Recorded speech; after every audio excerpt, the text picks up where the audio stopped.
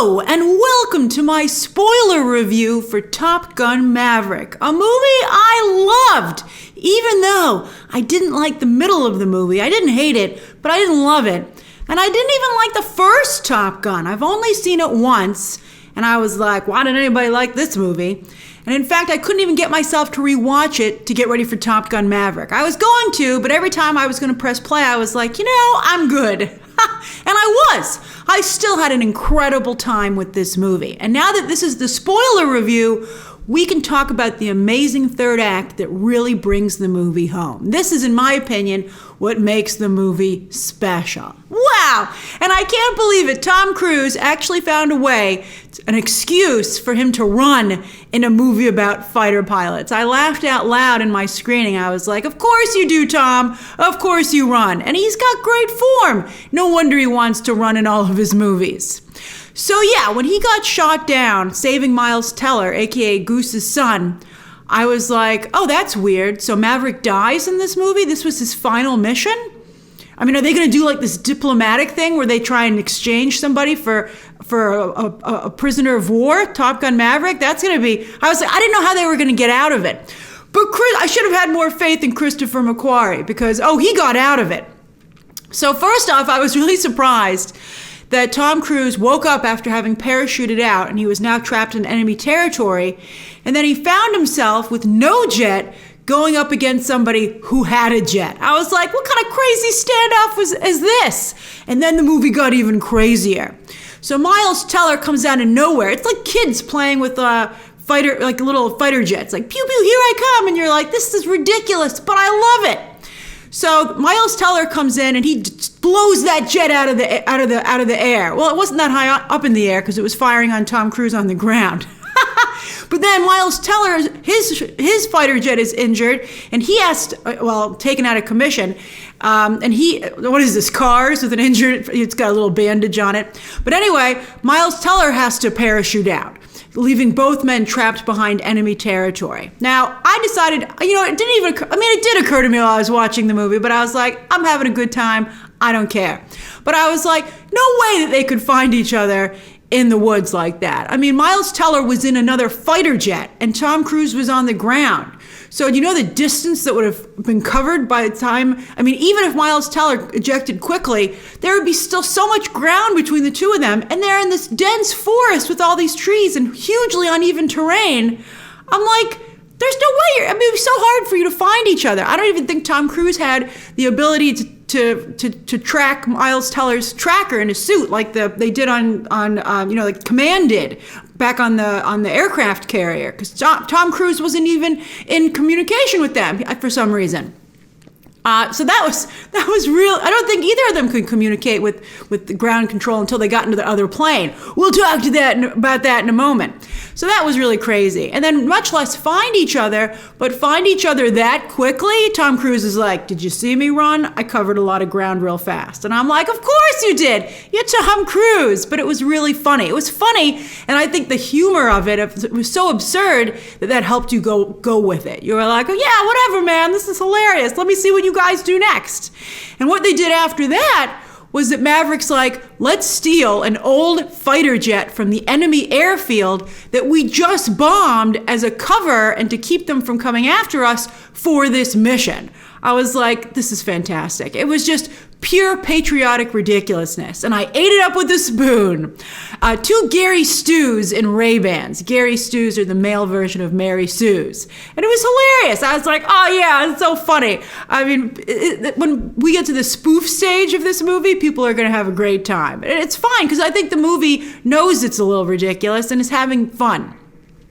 I love the jokes about whether or not they could get that older plane off the ground and to get it to work even once they did, with the communication system and stuff like that. I mean, it was like classic, like Hollywood kind of banter. I thought that was great. And I was on the edge of my seat, not only as to whether or not they could get everything to work, but if the plan would work, like if the Americans would realize that it was them and enemy aircraft. I loved when they had Miles Teller's tracker and they're like, he's going like at Mach 4, Commander. And you're like, because he's in a plane. And they're like, he must be. So it was just Tom Cruise running. Hilarious.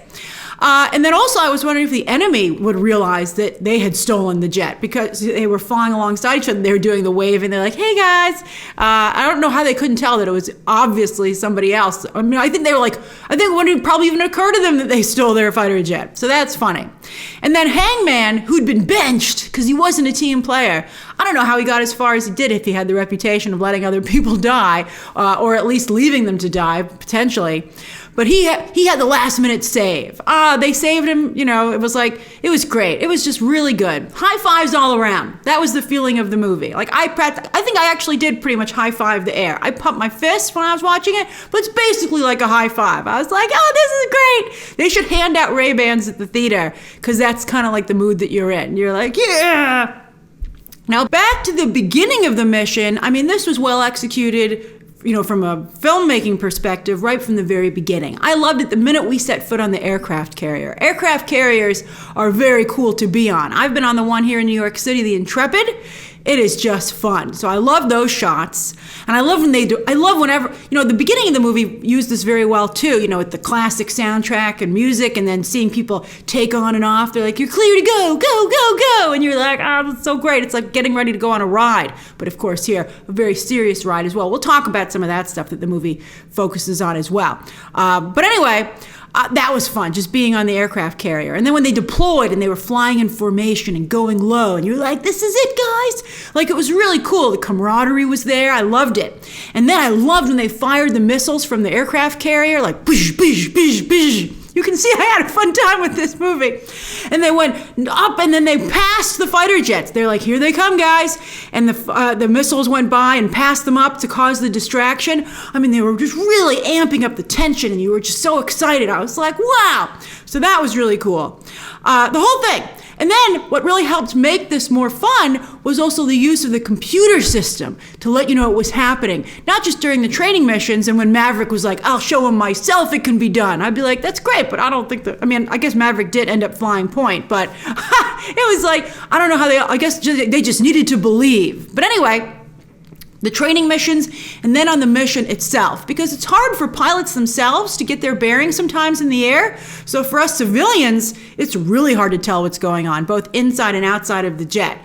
So to cut back and forth with the computer, which is explaining the sequences and putting the fighter jets in perspective of the story and of the terrain, etc., and the other fighter jets, you're able to pull back effectively. That just worked really well. It was a brilliant idea to do it that way. And I liked, especially when you pair it with the footage that they got of the fighter jets themselves. From outside, looking at the fighter jets, doing these amazing tricks, to from inside the cockpit, to put you literally in the plane. That was so cool. It was like the most amazing air show you've ever seen. Like the Blue Angels times 1,000. And I've been fortunate enough to see the Blue Angels. And that was just an incredible experience. However, on that note, despite all this fun, and speaking of the Blue Angels, right after I'd seen them, in fact, in 2000, so it was 2016 is when they had this tragic accident, and one of the Blue Angels died, and that was like a little bit after I'd seen the show, and so I was hit really hard by that headline. So even in an entertainment capacity, this is a dangerous thing to do. And I think the movie did do a good job of driving that point as well. And so much so that when I was watching the movie, I kind of agreed with Ed Harris that I was like, maybe we should find a way for computers to be able to fly the actual planes, not have a pilot. And I'd be like, instead of fighting me, Maverick, why don't you help me make the computer a better pilot? I like that whole opening scene, by the way, with Ed Harris, and they buzz him with that what was it, like Dark Star, right? Oh, it was so cool. And the way it cut through the sky, like a shooting star. It reminded me a lot of the stuff about the movies that we've seen about NASA's early days and all that experimentation and how far we've come from that. I'm like, I love that stuff. I'm from the future, and we go to like Mach 10.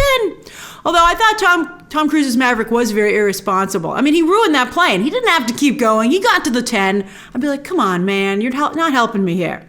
But it was a very well done scene. I loved it. And that one guy had those Riddler clear glasses. I'm thinking of getting some clear glasses as well. They're everywhere. I love them. They look good. I see them on a lot of people. All right, so anyway, back to the risk of human casualty from these situations and the Blue Angels, person passing away.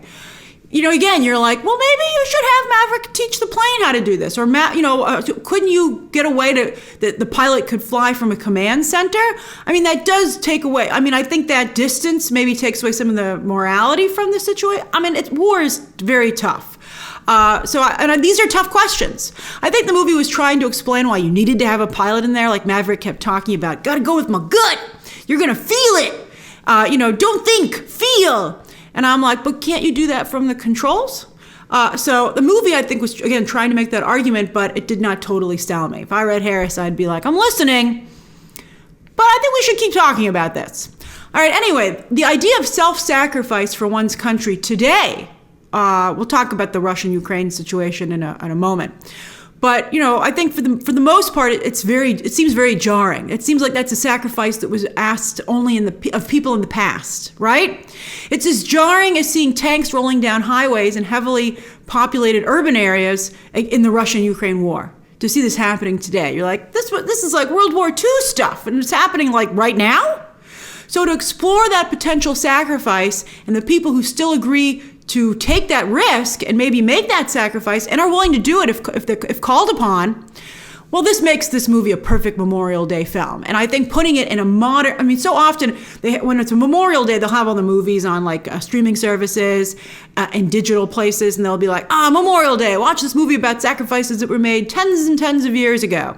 But I think to highlight the sacrifices that are still being made today, and this movie doesn't politicize them in any way, I think that's very effective. And I think it's a great addition to this catalog of military movies.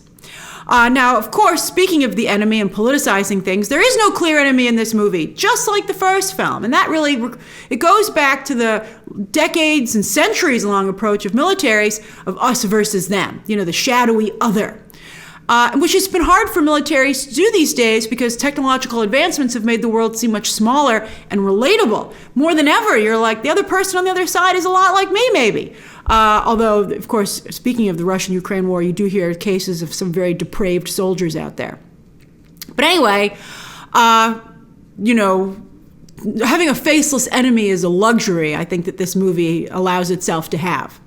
But watching the enemy pilots, speaking of camaraderie and relatability, I was like, that classic story about the two sides during World War I taking a break on Christmas Day to play soccer, like that kind of, that aspect of war. I was like, these faceless pilots on the other side, they're pretty good too. You guys kept talking about how no one can do these moves. Well, they're doing them. So I would be interested, as I said in my non-spoiler review, in a third movie which spotlighted not just American fighter pilots, but our allies and their fighter pilots as well. I certainly wouldn't want to glorify any of our, enemies, but we have a lot of allies. It's almost like I'd say 80 or 70% of the world is now like on one team right now. And there are some really great fighter pilot programs out there, which have very good, very talented pilots who are willing to make these same sacrifices, sometimes for us, because, we're allies. We're in the theater of war together. And so I'd like to open it up a little bit. The celebration of these really incredible heroes. All right, speaking of Bonds, I thought the movie handled Iceman and Goose really well. The movie covered very well for Val Kilmer, who has trouble speaking in real life due to throat cancer. And at first, I thought he and Maverick would just text the whole movie. And I thought that was fine. So many people text these days. It felt very real, especially because you'd seen his picture before and now throughout the base.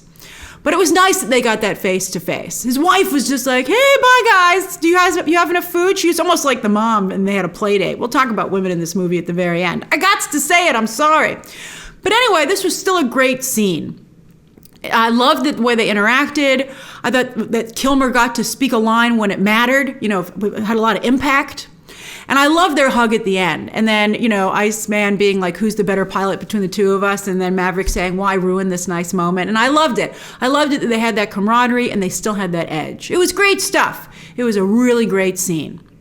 I also appreciated the ghost of Goose, and they used just a snippet of footage from the original film that hung over the movie. From Miles Teller as the son to the guilt that constantly has haunted Maverick and now is in overdrive now that he's face to face with the repercussions of that death. This boy who's now a man who has no father, who's rudderless, and yet is still very much like the man that Maverick remembers. That was good stuff. I don't know if they had to sing the whole song in the bar, though, but that's fine. I'm sure some people loved it. All right, it was very weird, though, not to have Meg Ryan in the movie at all, who played Goose's wife and is still very much alive. I can understand that Kelly McGillis is maybe too far afield of what the image this movie is trying to project. But come on, Meg Ryan certainly looks as good as Val Kilmer. She could have been in this. I mean, especially since her character factored into the story that Maverick had put off Goose from flight school, gotten him rejected, so it put his flying career back 4 years. In the military, that's a big thing because you only have so much time that you can fly, although Maverick's still flying. But I mean, Maverick's like, look at me, you're fine. But anyway, that's a big ask, and it's a touching ask. And it would have been nice if Meg Ryan had been able to actually do the ask instead of just having Tom Cruise talk about it.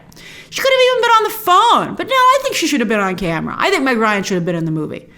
Maybe she didn't want to be, but I think I would. If I were the film, I would be like, we asked, and she said no, because I think she should have been in it. I just do. Tom Cruise looks incredible, though, and I really loved showcasing this kind of Old Spice, Tommy Bahama type of guy who might be in his late 50s but is still going very strong. It's a very positive portrayal. I love that. Hollywood, of course, is one of the chief offenders when it comes to ageism. So to see, it's funny to see actors who don't want to retire. It's Hollywood's baby boomer generation, right? Who also doesn't want to go anywhere, and they shouldn't. No one should have to go anywhere. Let's all just work this out together. But I'm really happy to see this type of person highlighted in a big blockbuster movie like this. And I thought they hit all the right notes, from the hangar where he's working on that classic plane, right, to just how he lives his life. He's in cruise control, semi-retired, and that he's gotten to a certain point in life, a certain place in life where, to be frank, he's happy. He's like, you know what? I like it here. And I think a lot of guys and a lot of people can relate to that. In the end, he even gets to become a surrogate father to Goose because he was so busy chasing speed, he had the need for speed, that he forgot to have a family. He had a bit of a Peter Pan complex, but now he still gets to have a family. He gets to make up for what happened to Goose. I thought that was very nice. I thought that was a very touching ending. I was like, aw, Father's Day cards for everybody. I didn't love Jennifer Connelly in the movie, largely because I didn't like her character. I don't like mean flirting. Some people like it. I just think it's being mean. I don't care what the excuse is. Like when she made Tom Cruise buy everyone in that bar a drink just because he hadn't seen the sign about not putting your cell phone on the bar, she didn't even warn him. I mean, that was a lot of money. It's not like he just had to buy her a drink or everyone at the bar a drink. Did you see the wad of cash he had to bring back? I just didn't. And then she rang it again. I'd be like, you should never talk to her again. And I didn't think Tom Cruise was that excited about her, to be honest. So it was hard for me to get excited about their relationship. I was like, she was more convenient. He'd already dumped her once a long time ago, and I don't think he'd thought about her a lot. He wasn't like, she wasn't like the one who got away. He was like, oh, you're still here? You look pretty good. You want to go out? And I'm like, come on. I mean, she had a lot of great toys, which I thought was hilarious. She's like, I got a boat, and I have this classic, gorgeous car, and I also don't mind not wearing a helmet on a motorcycle. I'm like, you have a child? You have responsibilities. Put that helmet on. So I don't know. It was just funny to me. I thought it was a very funny. It was like, as I said, this is like a Lifetime movie for dudes, and this was like the ideal woman in that type of movie. And so I just thought that was very funny because I think when you think about what that woman's probably actually like, it's probably very different than how she's depicted here. So that was very funny. I was like, clearly, and this is the case, like no women were involved in the making of this movie, or they would have looked at that character and been like, give me a pen. This is ridiculous. I got to fix this. All right, but do you? Because this, as I said, it's a fantasy for dudes, which is very enjoyable for everyone because of the amazing first and third act. I did, and also I have to say a lot of relationships are down to convenience, right? And I think that's fair to depict that. And I did love when her daughter saw him sneaking out. He jumped out of the window and landed right outside the kitchen, and she was standing there washing the dishes, so he didn't get away with it. But I love that she kind of like had a really great reaction where she was very stoic. She didn't act surprised, and she just said very clearly and calmly, don't break my mom's heart again. And he really reacted to that. I think everyone did. It was a great moment. And that was a very real moment in terms of depicting a woman. I love that she was looking out for her mother like that. And it also speaks to relationships later in life, and that people have gone through so much, they've lived so much, that they come with a lot to the relationship on both sides, Maverick as well as Jennifer Connelly's character. And so finally, the only thing that really bothered me about the movie, besides it being like very unrelatable and like a dude fantasy, I like the action parts a lot. But it bothered me that women were such an afterthought. Even the female pilot was barely recognizable. Like, she barely registered. She was just kind of there. They were like, look, there's a woman pilot. And you're like, she doesn't do anything really. I mean, they picked her, she got to be one of the final pilots and she got picked for the mission. But I didn't feel because she did anything in particular. I mean, she didn't seem to be like a particularly good pilot like Maverick. I thought Jay Ellis's character seemed to be a little bit of a better pilot, but they didn't bother to do anything with either of those characters. I'm like, those are the two that you pick for the mission. And Bob, I loved Bob. I was like, I mean, I guess the movie is very long, and it really was about Maverick and Goose and fixing that relationship, and Maverick and Iceman. And Maverick, I think, maybe didn't think about those two other pilots very much. But that's the thing. I think that there are some guys, like the guys in this movie, who just, don't think about women very much. They're kind of in the background, serving those roles, those stereotypical roles. And, I'm sure those women do have deeper lives, but it's not of any interest to these guys. I mean, these women are not part of the story. They're not making decisions. They're not helping to make decisions. They're just kind of there. And again, that's true to a lot of relationships and situations in life, but it's weird to see, and you're like, that's unfortunate. I mean, it just makes it feel like a place where you're like, well, I'd never be part of this because I can just see how women are handled here. But this was cool to visit. I enjoyed visiting it. It's a little bit like how I felt watching Ford v Ferrari, which had the added excuse of it being a period piece when, of course, the women's movement hadn't happened yet. But I was like, there aren't any women involved in this entire cool scenario. I want to race cars too. So it's interesting. It's race cars, report on race cars, go to see the race cars, own race cars. I mean, there are lots of roles in these kind of scenarios. I'm not saying the woman had to be the star, right? But I would have liked to have seen them be just more like actually a part of the story. But that's fine. I really had a great time. I love this movie. I'm going to see it again this weekend. But that's just my one complaint about it. And maybe it'll help some of you maybe think a little bit more about the women in your lives. Maybe I've done my job in that regard. So maybe that'll help. That's a reason to have included this rant. All right, so that's my spoiler, and thank you for listening to it, particularly those of you who usually don't appreciate that sort of thing. So anyway, it comes from a good place. I love you guys. It's all great. All right, so that's my spoiler review of Top Gun Maverick. Share your own thoughts down below. Did you high-five the screen? Were you making lots of crazy noises like pew when you were talking about it? Share your thoughts down below. Subscribe today. And of course, as always, you can check out some more videos right now.